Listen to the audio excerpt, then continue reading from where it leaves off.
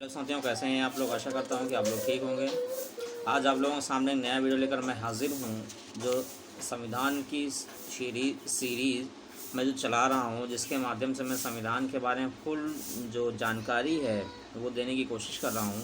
उसी की जो फहरिस्त है उसमें हम एक नया अध्याय और जोड़ रहे हैं, वो है न्याय। उद्देशिका में सभी नागरिकों को न्याय का आश्वासन दिया गया।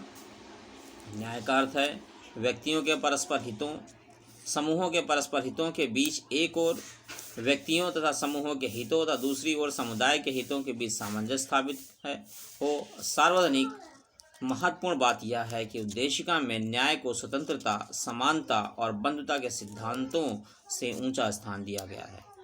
न्याय की संकल्पना वस्तुतः अतिव्यापक है। यह केवल संकीर्ण कानूनी न्याय तक सीमित नहीं है जो न्यायालय द्वारा दिया गया है। हमारे न्यायालय आखिरकार विधि न्यायालय हैं। न्याय की परिभाषा या व्याख्या सामाजिक, आर्थिक और राजनीतिक न्याय के रूप में की गई है। इसमें भी सामाजिक तथा आर्थिक न्याय को राजनीतिक न्याय से उच्चतर स्थान दिया गया है। उद्देशिका की भावना यह है कि सभी लोगों को, जिनमें कामगार भी शामिल हैं, सामाजिक आर्थिक न्याय मिले।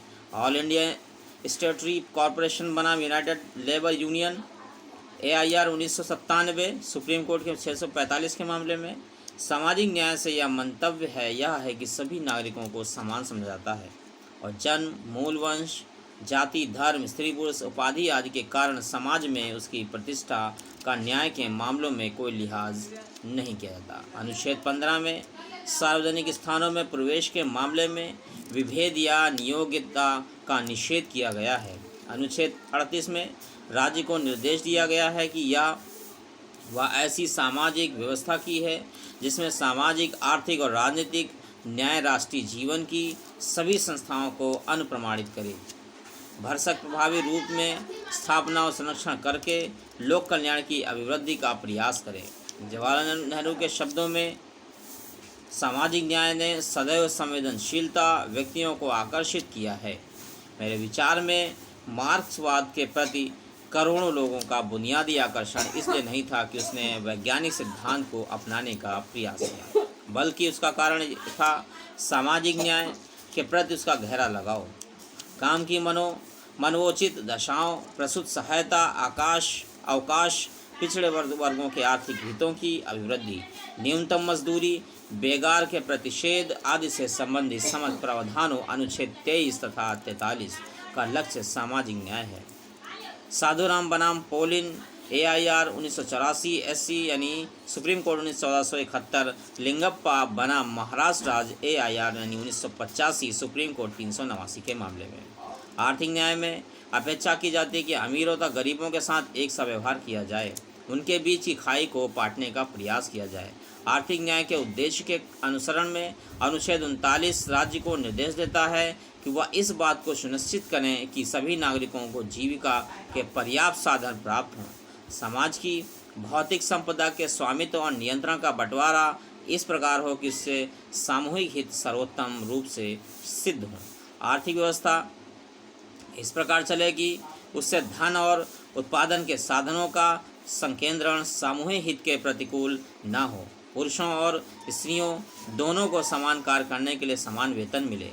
स्त्रियों और बच्चों का दुरुपयोग न हो। आर्थिक आवश्यकता से विवश होकर नागरिकों को ऐसे रोजगार ना जाना पड़े जो उनकी आयु या शक्ति के अनुकूल ना हों, और बच्चों को स्वतंत्र तथा गरिमामय वातावरण में स्वस्थ विकास के अवसर और सुविधाएं दी जाएं, और बालकों की सुकुमार अवस्था की शोषण आदि से रक्षा की जा सके।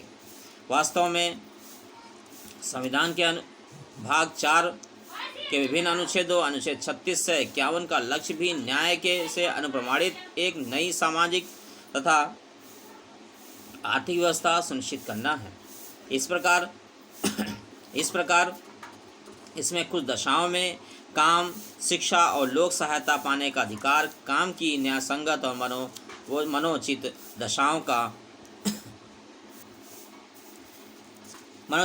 का तथा प्रसूति सहायता का, कर्मकारों के निर्वाह, मजदूरी आदि का, बालकों के लिए निःशुल्क तथा अनिवार्य शिक्षा, कमजोर वर्गों के लिए शैक्षिक आर्थिक हितों की अभिवृद्धि का और कार्यपालिका से न्यायपालिका के पृथक्करण आदि का उपबंध किया गया है। राजनीतिक न्याय का अर्थ यह है कि जाति, मूल, वंश, संप्रदाय, धर्म या जन्म स्थान के आधार पर विभेद के बिना सभी नागरिकों को राजनीतिक प्रक्रिया में भाग लेने के अधिकारों में बराबर का हिस्सा मिले। अनुच्छेद 16 में लोक विनियोजन के विषय में अवसर की समानता की गारंटी दी गई है और अनुच्छेद 325 और तथा 326 में सभी वयस्कों को चुनाव में भाग लेने के बराबर अधिकार दिए गए हैं। नेहरू और अंबेडकर जैसे संविधान निर्माताओं का यह स्पष्ट मत था कि आर्थिक न्याय के बिना राजनीतिक न्याय निरर्थक है।